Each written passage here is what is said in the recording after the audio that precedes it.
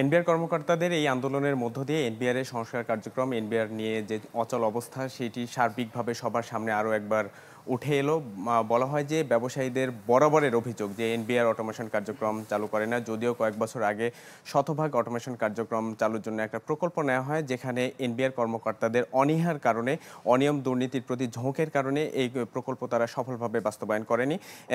ব্যবসায়ীরা শুরু থেকে এই অভিযোগ করে আসছেন। এই আন্দোলনকে ঘিরে কাঠামোগত সংস্কারের কথা বলা হলেও এই যে পদ্ধতিগত যেসব ত্রুটি রয়েছে সেসব সমাধানে এনবিআর কর্মকর্তাদের পক্ষ থেকে কখনোই কোনো রকম বক্তব্য আমরাও দেখিনি।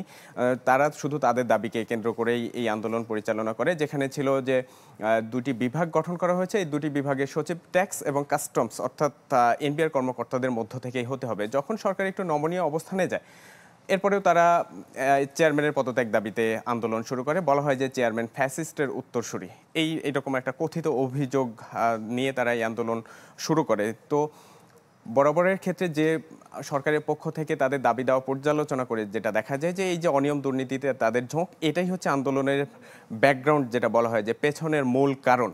সেটা তারা কখনোই এই এনবিআর সংস্কারের মাধ্যমে দুটি বিভাগ যে গঠন হলো, এই স্বাধীন স্বতন্ত্র প্রতিষ্ঠান হিসেবে তারা এনবিআর এর স্বাতন্ত্রতা চায় না বলেই তারা আন্দোলন নিয়ে এই জটিলতা তৈরি করে। এর ফলে যেটা হলো যে সরকারও হার্ডলাইনে চলে গেল, আর তারাও তাদের কথিত এই যে আন্দোলন সেটার থেকেও যে চেয়ারম্যানের দাবিতে একদম ভয়ঙ্করভাবে কমপ্লিট শাটডাউন কর্মসূচি পরিচালনা করে। সরকারের ইতিহাসে, দেশের ইতিহাসে এরকম ঘটনা খুবই দুর্লভ যে সরকারি কর্মকর্তা হয়ে এরকম সরকারি প্রতিষ্ঠানকে অকার্যকর, অচল করে দেওয়ার হুমকি, এটা কোনোভাবেই এর আগে দেখা যায়নি। এর ফলে উপদেষ্টা পরিষদের বৈঠকে আজকে উপদেষ্টাদের সমন্বয়ে 5 সদস্য বিশিষ্ট একটি কমিটি যেমন গঠন করা হয়, সেই সাথে আন্দোলনরত যারা আছেন তাদের ব্যাকগ্রাউন্ড তথ্যও হাজির করা হয়।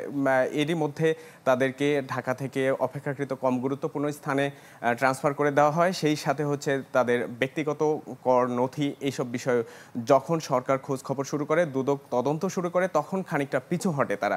এখন এই অবস্থায় তারা অর্থ উপদেষ্টার সাথে যোগাযোগের চেষ্টা করে। অর্থ উপদেষ্টা সরাসরি সাপ তাদেরকে জানিয়ে দেন যে তাদের সাথে কোনো আলোচনা হবে না।